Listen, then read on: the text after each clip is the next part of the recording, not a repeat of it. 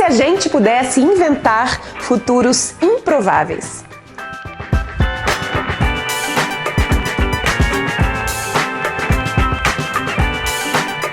Olá, tudo bom? Seja bem-vindo ou bem-vinda ao Vamos que Vamos Convida, um lugar, um espaço onde eu converso com gente foda que me inspira sobre assuntos que nos interessam. Na verdade, só desculpa para bater papo incrível com você acompanhando aí desse lado. E hoje eu tô aqui com a Lala. Ei. Lala, você precisa me ajudar a falar seu nome. Aham. Porque é difícil, né? Eu não quero correr o Fala risco. como quiser. De Henzelin. Por exemplo. Mas não é isso. Não, na verdade eu tenho adotado assim, de Henzelin como escreve. De Henzelin. Porque para falar certo mesmo seria de Henzelin, porque é francês, mas nem na França ninguém consegue. Caramba. Então relaxa, de Henzelin tá ótimo. De Henzelin. Mas já foi, o que eu mais gostei foi de Zeppelin. Zeppelin. Falei de Zeppelin, mas podia ser também Lala de Ansan. Quem sabe no futuro eu assumo, já que eu sou de Ansan, Lala de Ansan. Então, com vocês, Lala de Ansan. Obrigada por estar aqui. Faz muito tempo que eu acompanho seu trabalho, que você me inspira. Legal. E agora, felizmente, a gente teve a chance aqui de conversar. É recíproco. Obrigada. Eu queria que você contasse pra galera um pouquinho como é que você chegou até aqui, quem é você, que trajetória, se você pudesse minimamente resumir aí. Senta que lá vem história. Bom, deixa eu ver. Acho que começa, talvez, eu sempre quis resolver problemas e consertar o mundo. Eu não sabia disso, mas uns anos atrás minha mãe me contou que quando, às vezes ela acordava, eu tinha 3, 4 anos, eu estava sentada na escada, era um casarão, assim, no escuro, e ela falava, meu, o que você está fazendo aí? E eu pensando, em quê? No mundo. Então sempre foi uma encarnação, assim, por que a gente não dá um jeito? E sempre foi isso, mas por que tem coisa errada? Por que a gente não conserta? Então acho que a coisa do por que não foi sempre a minha marca, que talvez seja a coisa que é o motivo de todos os criativos, futuristas e tal. E aí eu tive a sorte de tentar resolver problemas e perguntar por que não, por que não, por que não, em muitas coisas. Eu estudei biologia e história, mas nunca completei, porque eu não me entendo bem com a universidade, apesar de adorar estudar. Então eu sempre fui autodidata, mas ficou a visão de mundo com a coisa de síntese, ciclos, como da biologia e da história. Aí na área tive muita atuação com você, eu venho de teatro, inclusive, vou contar uma coisa que nunca contei. Por que do teatro? Porque eu era tremendamente tímida. Eu era bem gordinha. Não dá nem vislumbrar, né? E eu lia 3 livros por dia e acho que eu parecia uma panela de pressão, assim, porque entrava informação e não saía. E tímida, e quando a gente é muito tímida é aquele negócio. Eu lembro uma vez eu ganhei um prêmio, porque acho que eu era meio nerd também. Estudava pra caramba. Eu ganhei um prêmio e quando eu fui receber o prêmio de timidez, assim, eu consegui, parecia um filme cômico francês, eu consegui derrubar todos os copos d'água de todos os que estavam na mesa, assim, era aquela coisa. Quanto mais você é tímido, mais desastres você causa, né? E aí isso tudo muda com teatro e com dança, porque aí eu vi que eu podia ser outra, porque a que eu era, que inclusive meu nome é Cláudia, eu não sabia fazer aquilo tudo, mas aí eu inventava umas personagens que eram capazes. Então, eu sou completamente fã de teatro, porque acho que todo mundo devia fazer teatro. Devia estar na grade curricular, né? Totalmente, porque você vai descobrindo as tuas múltiplas facetas, na verdade, né? E você vai dando conta de lidar com esse instrumento, né? Claro. Que a gente tem, né? Que é a coisa mais incrível. Tudo que eu fiz na vida, eu sempre tive, o que eu tive foi o teatro e o corpinho, assim, né? De presença. Aí, em artes eu fiz muita coisa. Acho que o que eu não fiz foi operar a mesa de som, mas ainda pretendo. E rádio, que eu morro de vontade. Cinema, teatro, televisão, tal. Aí, como eu era multimídia, eu fui para corporações. E enquanto eu era... A única coisa que eu sou na carteira de trabalho é coreógrafa. Enquanto eu era coreógrafa, eu vivia de publicidade. Então, é um universo que eu conheço desde sempre. Porque meu pai também tinha uma produtora. Aí eu fui trabalhar com grandes corporações, criando grandes estratégias de comunicação e marketing e tal. Quando eu olho, parece uma outra vida, assim. E eu dirigi umas coisas gigantes, assim, tipo 500 pessoas em cena, 8 telas, foi super interessante, como domínio de linguagens e tal. Aí eu fui para o terceiro setor. No terceiro setor eu vi que tudo aquilo que funcionava, funcionava porque era multidimensional. E foi aí que eu comecei a criar as lentes 4D. E aí a coisa começa a acelerar com um monte de coisas ligadas a empreendedorismo. Nessa altura eu já estava futurista, eu comecei a estar futurista em 95, 96. E aí, depois de ONGs, foi governos locais, instituições de fomento, trabalhando com desenvolvimento local, essas coisas. Aí eu notei como a gente não sabe identificar os próprios recursos e tesouros. Na época o trabalho chamava O Santo de Casa Faz Milagre. Aí eu comecei, nesse período, eu comecei já a viajar, trabalhando em muitos estados. Tal. E aí tive a sorte de entrar nas Nações Unidas no momento em que a economia criativa entra como tema. E a agência para a qual eu trabalhava era muito pequenininha, mas era a que articulava as demais agências em torno do tema. Por exemplo, foi quem financiou o Creative Economy Report e tal. Então veio uma possibilidade muito legal de ficar em 4 continentes trabalhando. E como era de cooperação Sul-Sul, o foco era em pobreza. E que eu já vinha com isso de trabalhar com desenvolvimento de territórios. E aí deu para ver um monte de coisa, assim, como as ferramentas que a gente tem não se aplicam, porque todo o modelo que tem de século XX não serve, como a tremenda dificuldade que tem de mudar de paradigma. Aí que eu criei o movimento Crie Futuros, para estimular a pensar outros futuros e tal. E eu sempre cuidei de ter, já que são 2 pernas, que cada uma delas tivesse numa escala, sabe? Então eu estava fazendo projeto nacional de desenvolvimento de um país através de economia criativa, como fiz para Moçambique e para Cabo Verde, e do outro lado trabalhando com os coletivos de ponta que trabalham em rede ou com artesãs do Vale do Jequitinhonha e tal. Então sempre cuidei de ter o micro e o macro, o mainstream e o fora do mainstream. E aí foi essa salada toda. Acho que o meu lastro é essa experiência extraordinariamente diversa. E depois de muito tempo dizendo, galera, vai mudar, vamos se preparar, tem que mudar, tem que sair do tangível e para o intangível, tem que mudar os padrões, tem que mudar, realmente o mundo mudou. E aí todo mundo falou, e agora o que a gente faz? Então, os últimos anos eu fui parando com esse trabalho de assessoria e tal, e o que eu mais faço é dar palestras, mas meu trabalho agora mesmo está focado em informação, porque deu para ver que não adianta você chegar com planos se não tem quem saiba botar esses planos em ação e se não tem as ferramentas para isso. Acho que eu não aguentava mais a cara que as pessoas faziam. Sei lá, você faz um plano todo lindo de desenvolvimento do país e tal, que na verdade é irreal, porque você mostra para os ministros, eles olham e falam, legal, quem vai saber aplicar isso? Porque não tem quem seja transversal, que veja tudo ao mesmo tempo. E aí que eu fui focando nisso em tentar ter uma visão 360 graus, sabe? Porque enquanto ela está separada, não rola. Está cuidando de sustentabilidade do ponto de vista de ambiente, está deixando o capengo do lado humano, está cuidando do lado humano, está deixando o capengo empreendedor, está cuidando do empreendedor, está deixando o capengo social e assim vai. Então é essa a historinha. E aí, nessa historinha, quando foi que você percebeu, então, que o mundo está mudando a todo momento, mas quando é que você percebeu que a gente estava vivendo uma transição que era diferente, né, que era mais potente, que de fato ia colocar o mundo ao contrário e ninguém estava reparando? Quando que foi? Eu não sei se teve algum momento em que não foi, a bem da verdade. Mas talvez tenha ficado mais agudo no ano 2000. Eu botava uma fé no ano 2000. Falava, não, agora vai ser incrível, mudou o milênio. Gente, imagina que lindo você viver quando muda o milênio e tal. E aí vem guerra, vem 2001, tudo aquilo. Eu falei, não é esse o filme. E toda passagem de século ou passagem de milênio é um momento muito emblemático, né?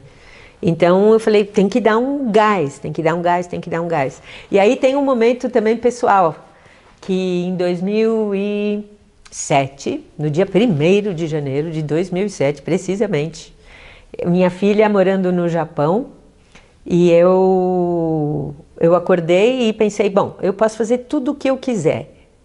Porque eu estava separada, ela estava lá e tal, então eu podia fazer qualquer coisa. Aí eu falei, que legal, o que eu quero fazer? Aí eu fiz, tem. E eu falei, meu Deus, eu trabalho com economia criativa, eu sou futurista e tal, e eu sei o que eu preciso fazer, mas eu não sei o que eu quero fazer. Aí eu comecei a perguntar para todo mundo, e se tudo fosse possível, se chegasse a fada e dissesse, tudo dá, o que você quer, você sabe? E aí eu vi que a gente não sabe. Então comecei pra caramba a mandar ver que a gente precisa ter clareza do que a gente deseja. Então esse foi um outro momento. E tem um que eu acho que é coletivo, claramente, que é 2012 mesmo, o mundo acabou. Aquele mundo acabou. Porque é engraçado, porque tem um monte de coisas que pareciam muito bizarras, ou que eram pouco aceitas, ou que ainda parecia muito hermético e tal, antes e de repente faz plim. Então eu acho que o exponencial, sabe, que o movimento começou antes, mas que chegando perto da curvinha de ascensão do exponencial foi por aí. Legal. Agora, a gente conversando aqui, eu acredito que a galera que acompanha a Espaçonave entende isso que você está falando, que o mundo está mudando, a gente saca isso, mas como é que você explica isso? Eu me lembro de você explicando num jornal outro dia, eu vi um vídeo seu. Como é que você explica para quem ainda não está mergulhado nisso tudo? Como é que a gente explica para quem ainda não está com essa lente o que está acontecendo no mundo? Tá, legal. Tem um jeito, talvez seja esse que você tenha visto, que eu olhei e falei, cara, que simples.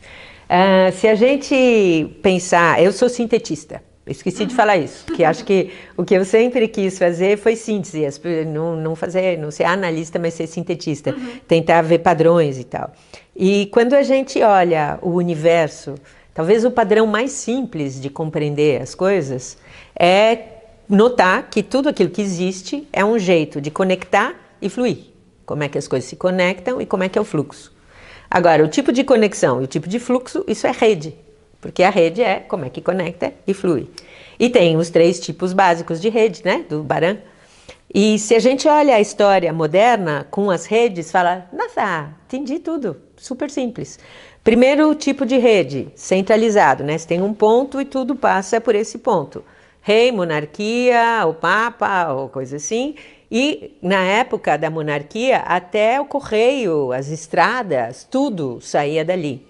E modelo político, monarquia, modelo econômico, monopólios à base de escravos. E um ciclo de evolução, os fluxos, eram muito lentos, lineares, pouquinho, porque tudo passava por ali.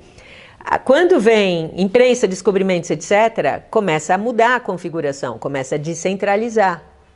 E descentralizando, o ritmo acelera, do fluxo de bens, pessoas, etc. E aí muda a configuração do mundo, muda o jeitão, muda o paradigma, e é insustentável seguir com monarquia e escravos. Então vem a república e vem a Revolução Industrial.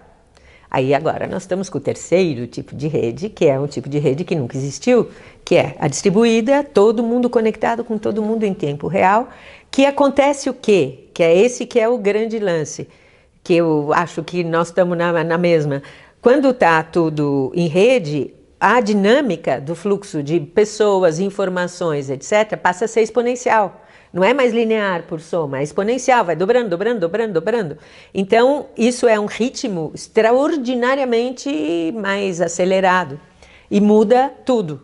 Então, é insustentável, é impossível, na verdade, não é que é insustentável, é impossível, não tem a menor chance de continuar com o mesmo modelo político e econômico. Então, é inevitável essa mudança de modelo. Que quanto mais cedo ela acontecer, menos a gente vai ficar aqui, me dá a tua mão, paradona na crise, porque crise é isso, o futuro puxa, você resiste, tudo parado, então bora para frente, né?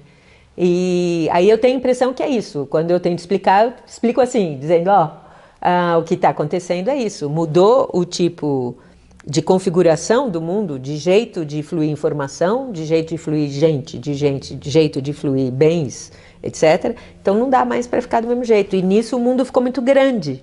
Então um modelo representativo e tal não dá conta do coletivo. Só o coletivo vai dar conta do coletivo.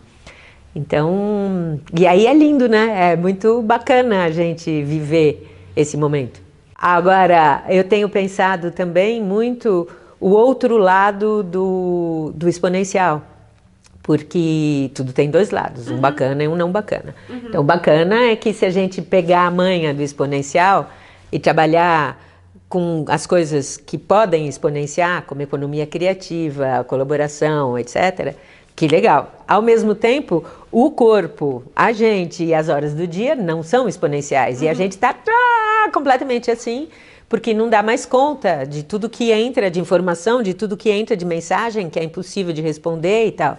Então, acho que achar esse equilíbrio entre a velocidade exponencial do mundo lá fora e a vida linear que a gente tem no dia e no corpinho que é o X da questão.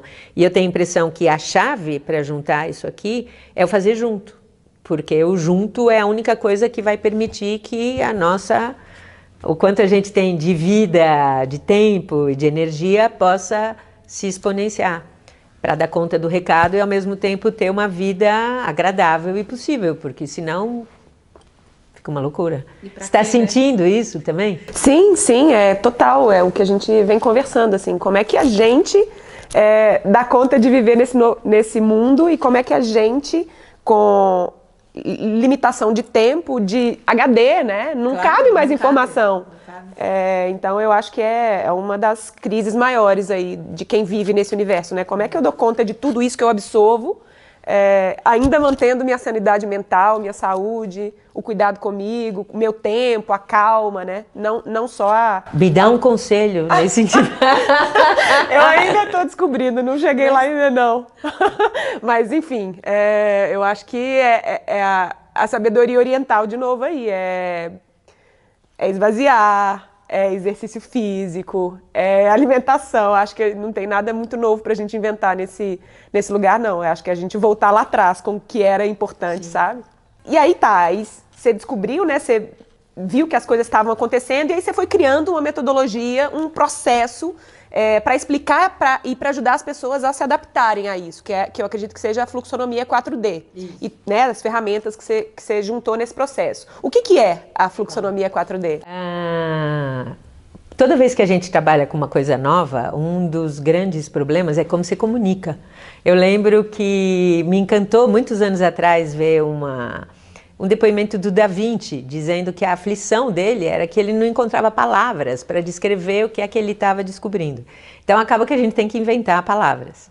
E eu notei ao longo desse percurso muito diverso que precisavam coisas que fossem sintéticas, simples e sistêmicas, que não adiantava pegar um dos pedacinhos. Então começou com essa coisa de enxergar em 4D, de ver que, assim como a gente tem, né, duas coordenadas que têm 4 pontos cardeais, a gente tem 4 dimensões que são a menor parte da sociedade, ou os 4 elementos e tal, que é a dimensão cultural, a ambiental, a social e a financeira. E aí, com essas lentes de tentar olhar simultaneamente, sabe, as várias camadas e sua relação, eu comecei a perceber que aquilo que funcionava porque tinha uma combinação de dinâmicas. A coisa da economia criativa, o compartilhar, a economia compartilhada, o fazer junto, ganhar escala, cada um fazendo um pedacinho, economia colaborativa, e o uso de moedas que não são só as monetárias. Porque isso acho que é uma das maiores chaves, porque claro que a economia não é só moeda, nunca foi, a gente sempre faz as coisas.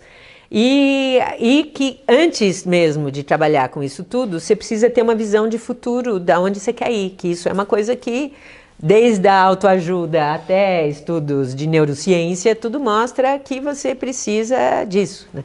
Moral da história, o que é a fluxonomia? É a combinação de estudos do futuro com essas 4 economias, que são exponenciais, criativa, compartilhada, colaborativa e tal, e o foco é no fluxo. Em compreender processo e não só em fazer produto. E como é que isso se sustenta no tempo, porque isso é uma das coisas que eu vejo que nós estamos batendo na trave por causa disso. Porque isso de modernidade líquida, da coisa, essa imagem que a gente tem da rede como os enxames de pássaros que se juntam, fazem alguma coisa, depois se separam, que bacana que tem isso também. Mas só fazendo assim, não rola. Acho que isso foi um dos meus maiores aprendizados depois desses, sei lá, 15 anos ou coisa assim de cultura de rede, que só o eventual, assim, sabe? O juntou, fez, separou, não dá conta. A gente precisa ter as duas dinâmicas, essa eventual e uma que se sustenta no tempo. De relações, de vínculos, de aprofundamento de conhecimento, de parcerias e tal. Então, a ideia do fluxo é para a gente ter também, conhecer o fluxo das coisas ao longo do tempo. Então, a fluxonomia é um conjunto de ferramentas para trabalhar com isso, com futuro e novas economias, e é uma comunidade, porque isso é outra sacada também. Acho que você deve ter sacado a mesma coisa, que a rede, no começo, fala, estamos em rede, que legal, mas não dá, acaba que você está, é impossível você estar com todo mundo. A gente tem milhares e milhares e milhares de amigos no Facebook e ninguém para ir no cinema, tipo assim, né? Aí fala, cadê a comunidade? Cadê a turma para fazer junto? Então é essa combinação de caixa de ferramentas com comunidade para poder sustentar no tempo. E que eu estou fazendo através de uma formação que serve como uma desculpa, na verdade, para criar a comunidade. E do quanto tem de caminhos de comunicação. Agora eu comecei, estou super feliz, porque eu tinha uma vontade de fazer isso há anos.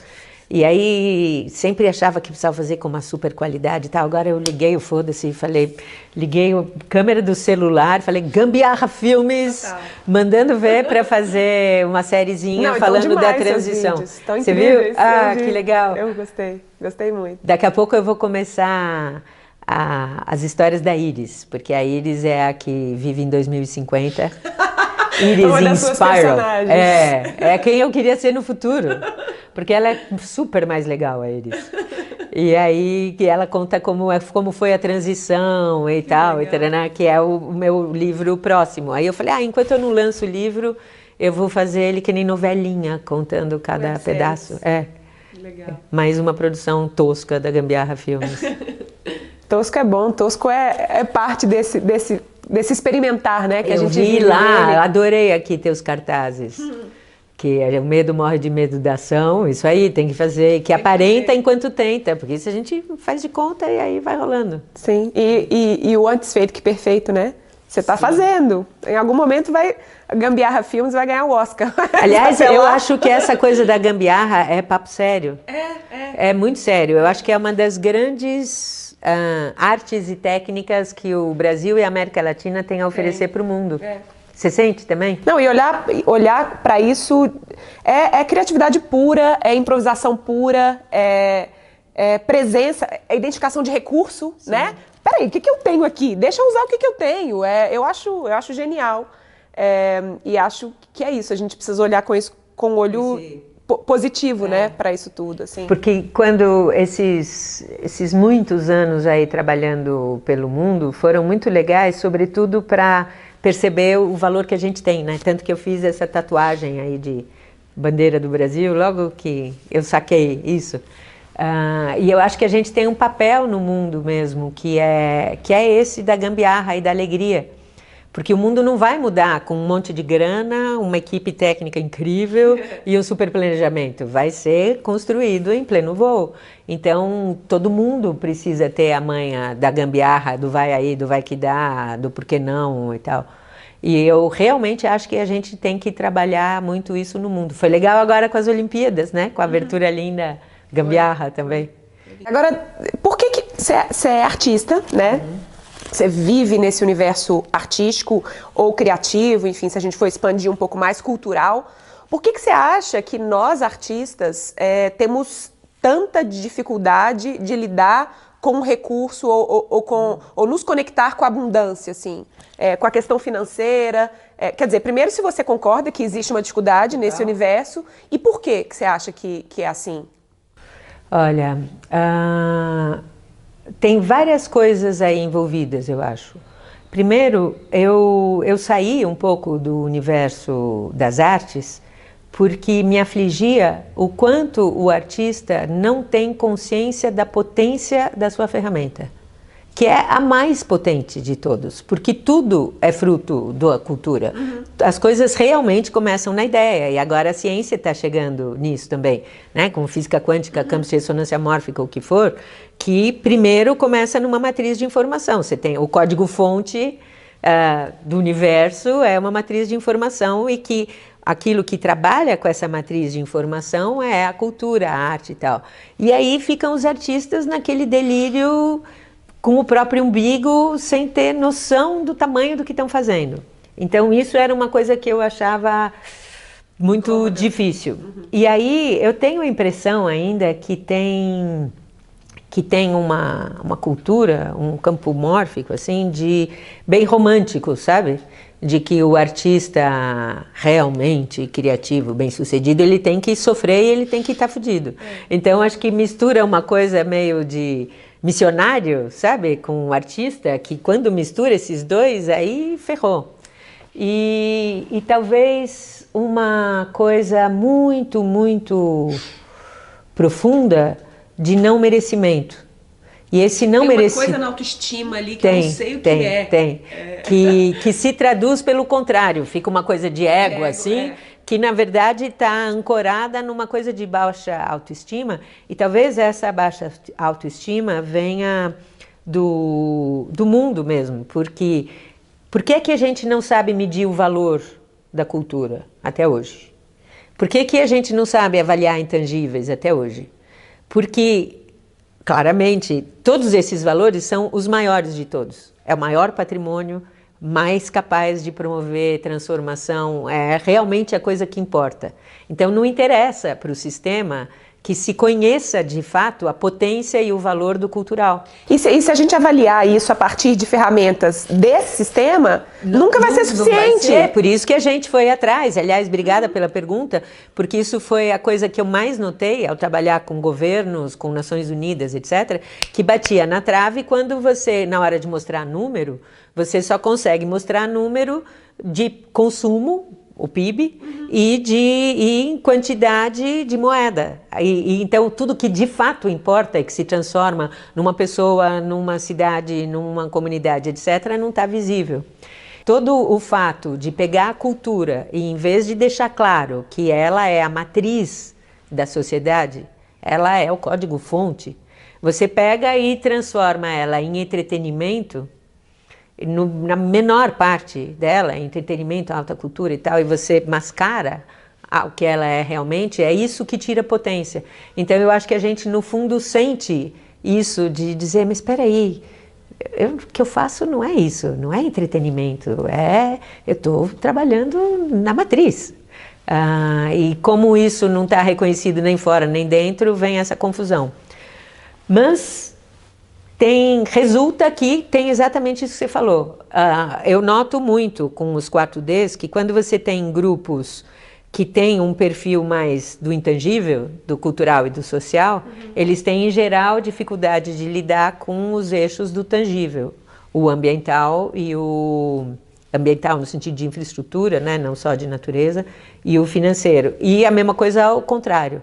Quando você tem quem está muito ligado ao estrutural, à infraestrutura ou às finanças, não enxerga o cultural e o social. Por isso que a gente precisa botar óculos 4D para poder enxergar os dois. Essa coisa do financeiro é muito interessante, porque nós estamos morrendo na praia aí. Eu estou fazendo aqui esses gestos que as pessoas devem estar dizendo, que gesto é esse? É porque a gente trabalha com a matriz 4D, que é assim, que tem os dois eixos, o intangível e o tangível.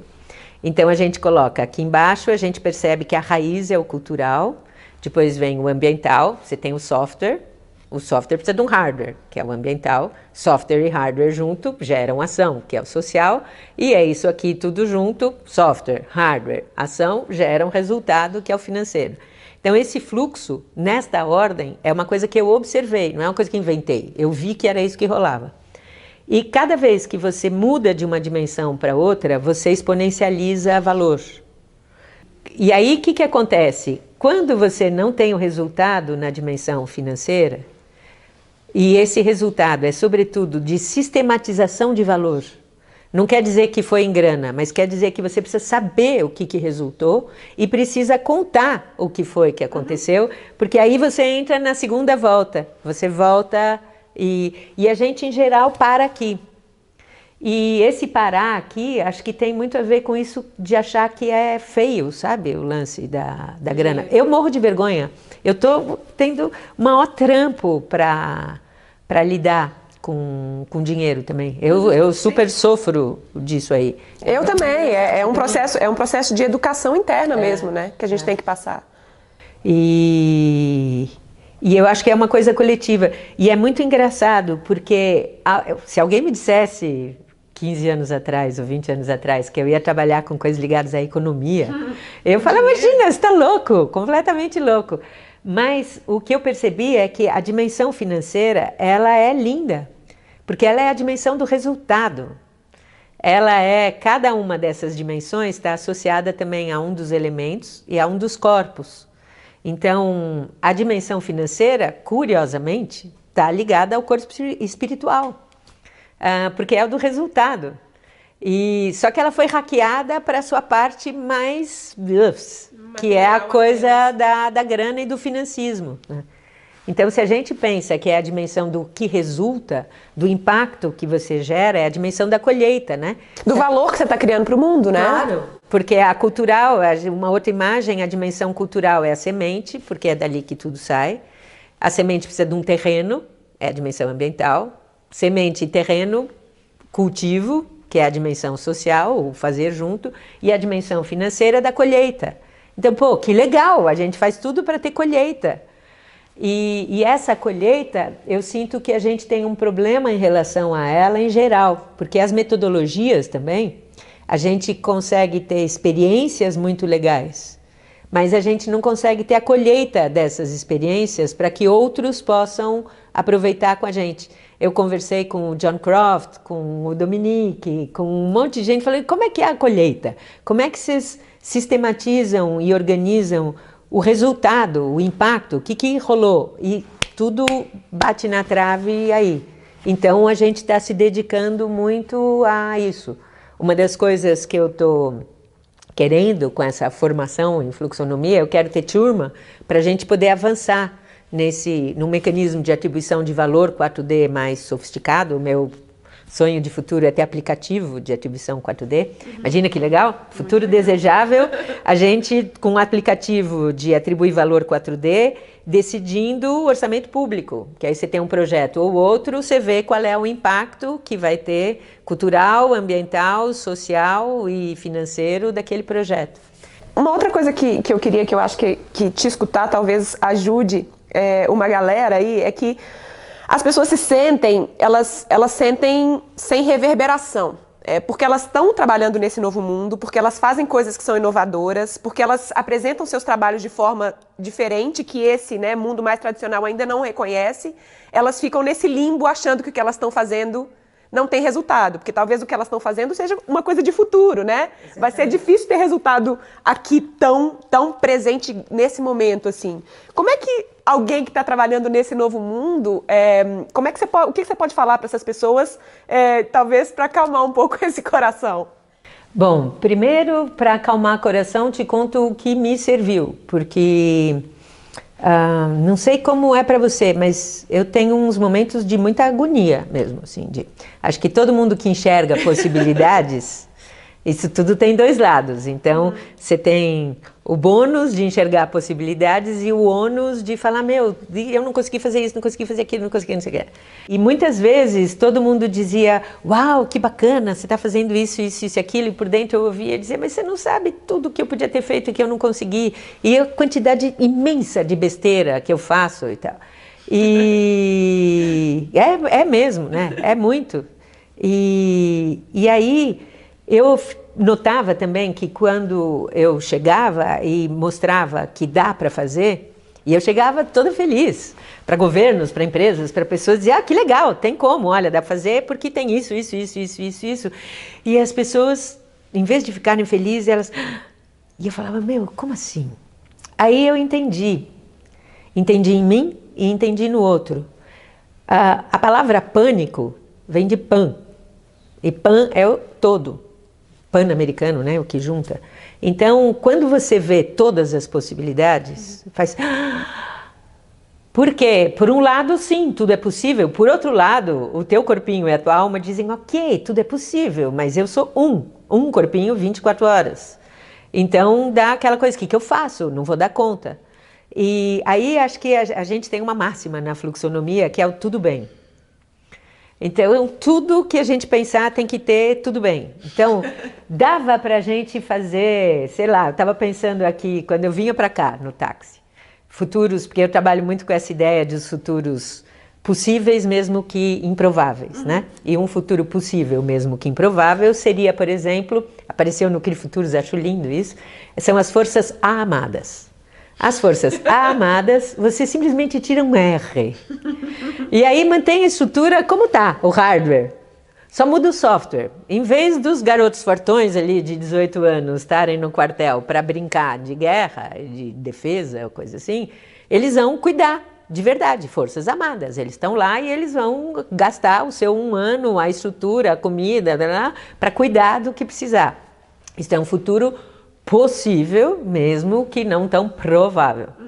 Então, porque quando a gente pensa nisso, pode sofrer com o fato, podia ser assim daqui a um mês, por que não está sendo? Você pode sofrer com isso ou pensar, bom, podia ser, ainda não está sendo, e tudo bem. A gente pode imaginar que se cada um dedicasse horas do seu dia, não só a ver televisão, e a gente vê 1 trilhão de horas de TV por ano no mundo, que era tempo para fazer 10 mil Wikipédias, se cada um tirasse 1 horinha e fizesse outra coisa, a gente mudaria o mundo em 2 dias, mesmo, somando todas as horas. Pensar isso pode ser uma aflição de dizer, puta merda, não fizemos isso, que cagada que estamos fazendo com o nosso tempo, ou a gente pode dizer, bom, que legal, quando todo mundo perceber que tem como. Então, a primeira coisa que eu assumo e que eu peço para todo mundo que está começando a trabalhar comigo incorporar, é uma das primeiras coisas da fluxonomia, é a primeira aula, é o tudo bem. De saber, a gente vai fazer o máximo possível e tudo bem. A outra coisa é que realmente vai demorar. Não vai demorar tanto porque a gente está exponencial. Mas é assim, né? Quando a semente está brotando embaixo da terra, não dá para ver. Aí você tem que botar uma fé. Então, por isso que a gente precisa tanto ter um trabalho interno de sentir, não pela resposta externa, mas pela percepção interna mesmo que a semente está brotando. E se não brotar, tudo bem. A gente fez o que achava que tinha que fazer. E, finalmente, é se juntar. É se juntar porque aí, na verdade, não é que não aparece, é que a dinâmica é diferente. Então, toda essa coisa de massa, sabe? O grande líder, não vai ter mais no século XXI. O século XXI não é de Gandhis, assim, de ter o Gandhi. É de ter 1 milhão de Gandhis super legais, que não estarão tão visíveis. Então, a gente precisa se conectar mesmo.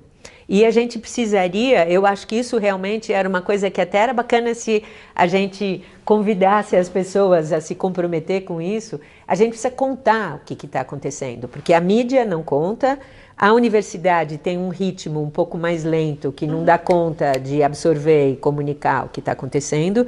Então, já imaginou que legal se cada um de nós se dispusesse a, uma vez por dia, nas suas redes sociais, contar algo de bacana que já está sendo feito, de ferramenta de novo mundo? Porque aí isso tudo vai sendo visível. As coisas de mudança de modelo político, por exemplo, já tem ferramenta pra caramba. Já tem ferramenta de você no celular decidir coletivamente e você ter um representante que simplesmente envia e trabalha pela vontade do coletivo. Tudo isso já é possível já. Sim. Precisa ser contado.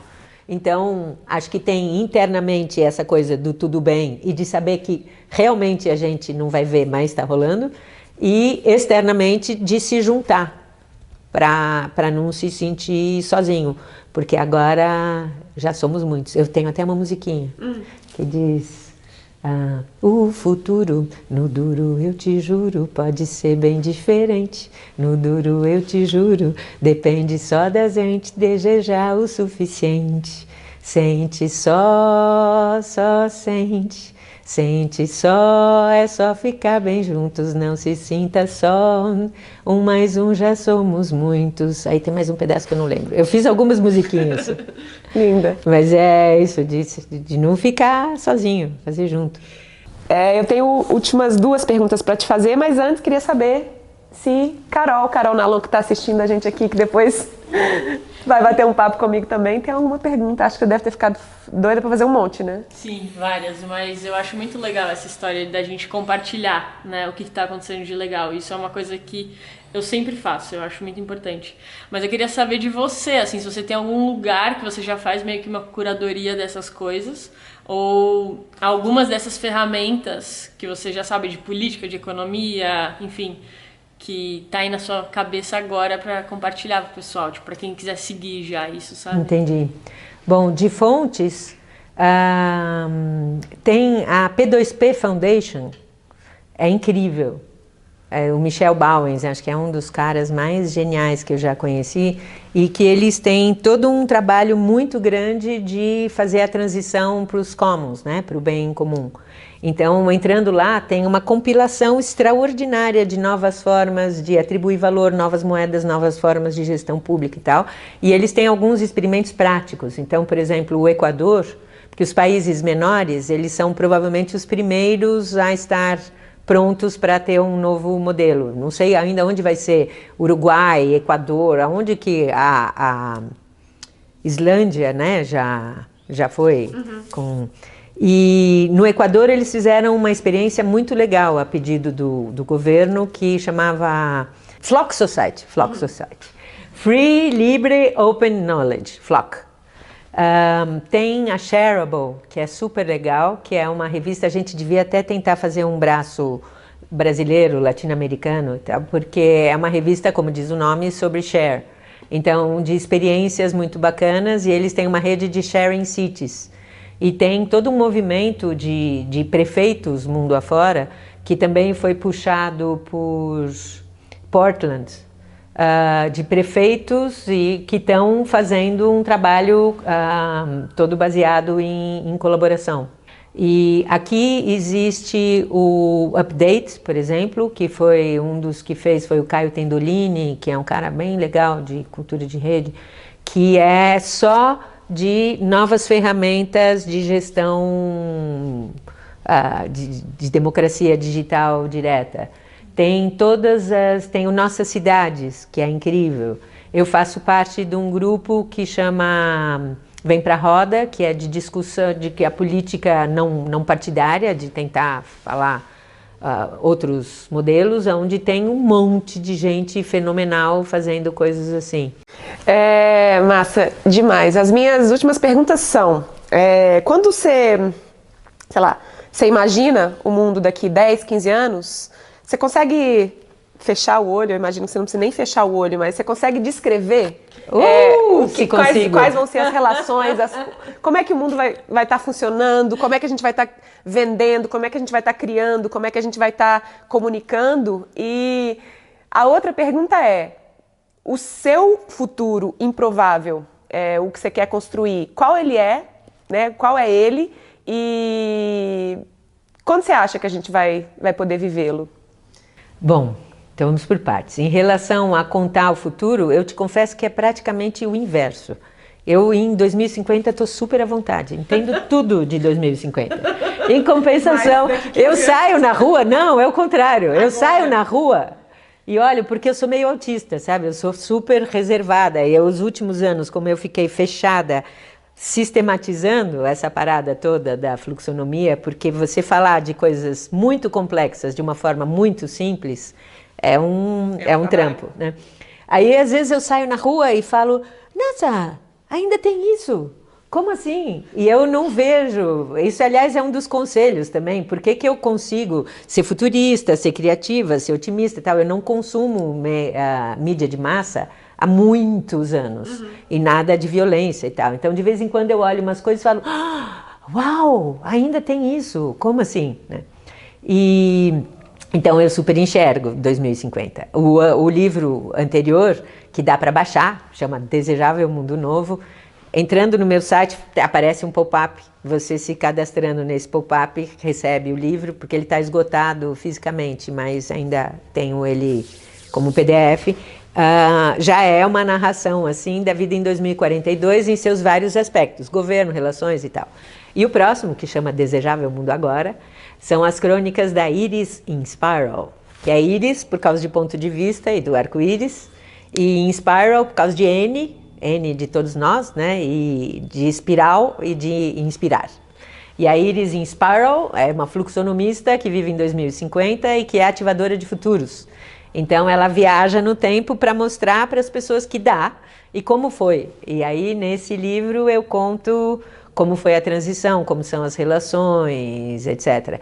E aí eu adoro quando me perguntam sobre qualquer coisa e eu conto. Então, se você quiser, me faz uma pergunta específica e a Iris te conta. Eu quero que a Iris me conta como pessoas que fazem coisas, fazedores de coisas, sei lá, eu faço um cachepô como esse aqui de tricô, como é que eu vou me relacionar com amigos, clientes, como é que eu vou vender, como é que eu vou levar isso para outras pessoas?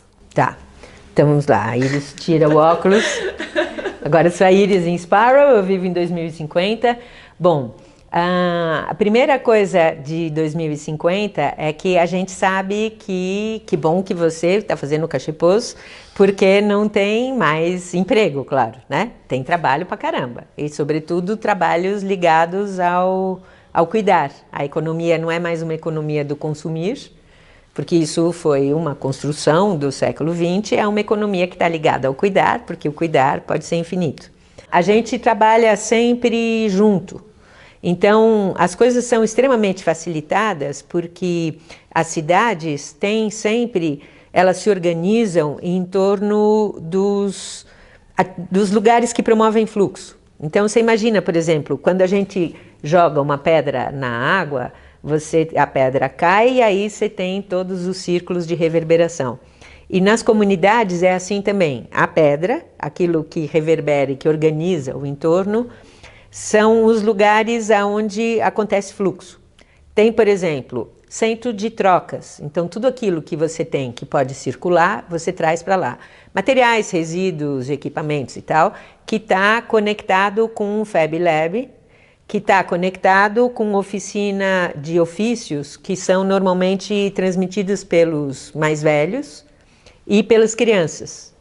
E essas centrais são centrais de produção e de difusão de conhecimento.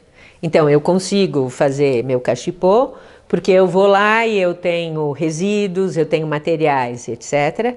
E tem pessoas que estão dedicadas a comunicar. Então, ninguém mais tenta, por exemplo, vender sozinho o seu cachepô. Você se junta com semelhantes. E você cria as marcas, você tem a tua marca individual dentro de marcas coletivas, porque aí tudo que todo mundo vende serve para todo mundo. A fluxonomia, por exemplo, que eu, Iris, sou fluxonomista, que é uma coisa que começou lá nos anos 10, criou uma marca que aí qualquer produto que tenha essa marca, ele tem uma atribuição de valor que ajuda a deixar claro por que aquilo tem valor. A outra coisa que a gente tem fluxo de recursos não apenas financeiros. Então, eu consigo viver dos meus cachepôs porque eu não preciso ter fluxo de moeda para tudo. A gente tem aplicativos onde a gente tem créditos. Então, eu disponibilizo cachepôs que eu posso trocar por serviços de outras coisas. E eu consigo também, por exemplo, impostos. A gente pode pagar impostos com moeda ou a gente pode pagar impostos com serviço. Esse mês eu não tenho moeda, eu posso ir contar a história em creche, né? E aí tem todas aquelas coisas básicas de quem trabalha com economia criativa, como, por exemplo, fazendo cachipôs.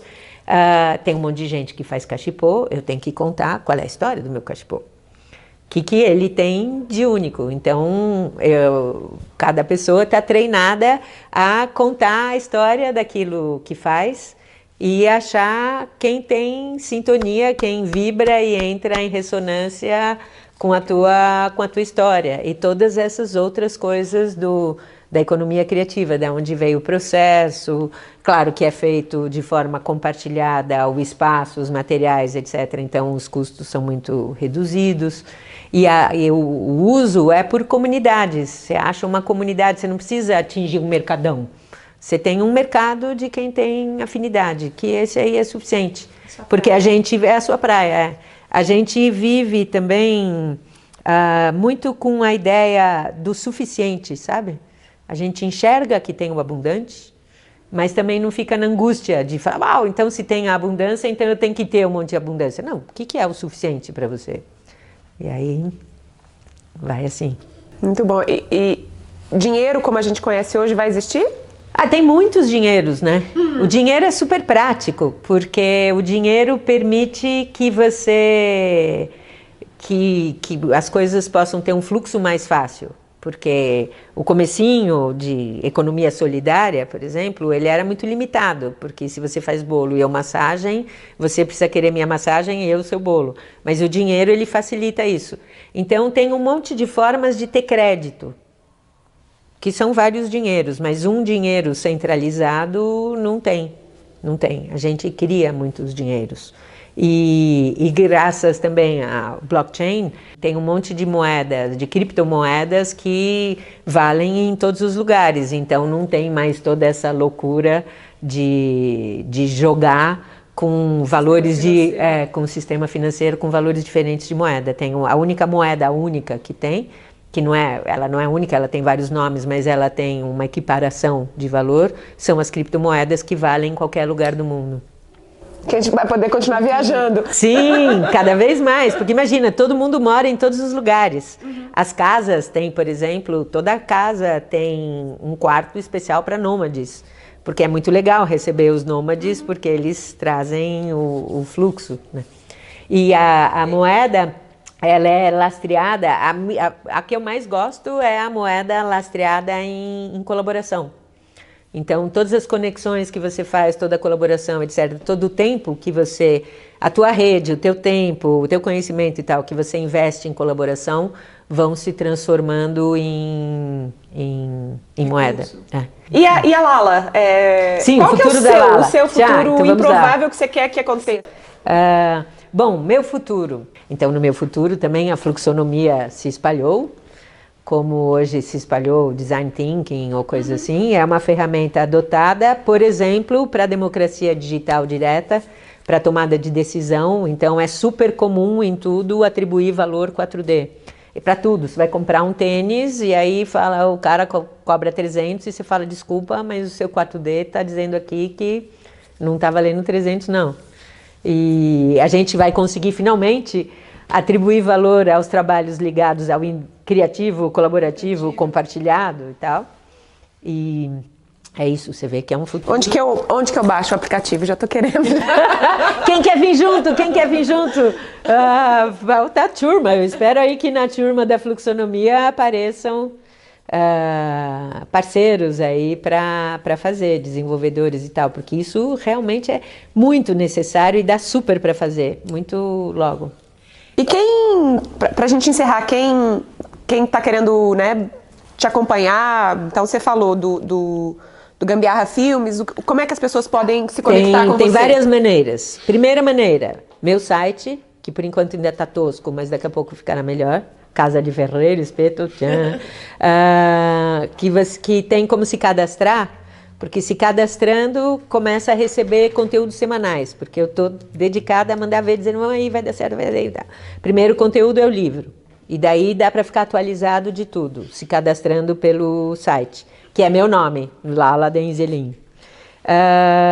Depois, a formação, vai começar uma nova turma. Vai começar uma nova turma em setembro. E a ideia é que, como esse vídeo vai permanecer no ar por muito tempo, a ideia é que vocês façam sempre de 2 vezes por ano, alguma coisa assim? Vão ser, acho que 2 ou 3 vezes por ano, e a formação ela vai ter vários módulos. O primeiro módulo, que é de introdução, é para quem quer usar em si. O segundo módulo é para quem quer aplicar em outros. Para quem quer dar aula, ou quem quer fazer coach 4D, ou quem... E o terceiro módulo vai ser para quem quer vir trabalhar comigo, assim, ser fazedor da fluxonomia e estar na minha equipe, assim. Mas vai ter um outro em setembro e depois deve, no ano que vem, vamos ver, no ano que vem eu vou fazer a turma 2, vou começar em espanhol e depois quero fazer em inglês e assim vamos. Depois, então, sempre está lá avisando quando que tem uma próxima turma. Aí tem, no canal do YouTube, a gente está começando a melhorar ele. E tem o Transição é Agora, Vambora, uma sériezinha que vai ter 15 programas explicando a transição. E depois eu vou começar a contar as histórias da Iris em Spiral. Às quartas-feiras eu estou respondendo ao vivo no Facebook às 7h. E o que mais? Acho que são essas 4 coisas. Os conteúdos semanais, a formação, os programas do YouTube e o ao vivo no Face. Fora as palestras, claro, né? Que isso eu continuo por aí. E aí as palestras elas em geral são sobre quais as oportunidades de futuro, como é que a gente faz para combinar essas 4 economias e navegar. Essas são as mais estratégicas, mais instrumentais, e tem outras mais inspiracionais, que aí é mais de contar como pode ser um futuro.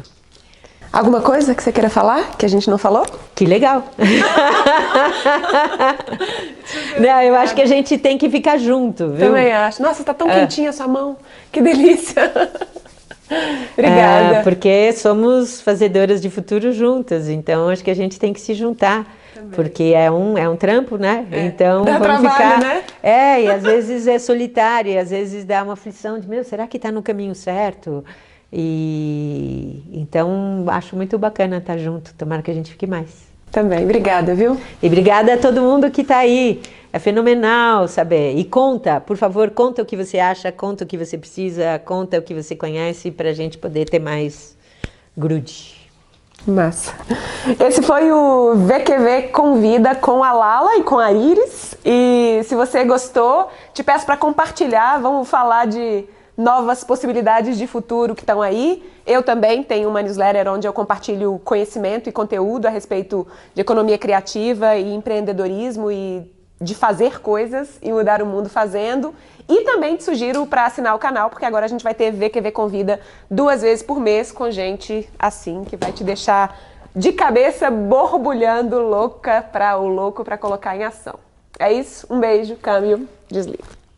Obrigada por ter vindo. Eu que agradeço, foi super legal a conversa. Foi demais. Agora eu quero teu livro, por falar em abundâncias, quero comprar. Mas olha só, eu faço questão de tirar. E aí como eu faço? É moeda.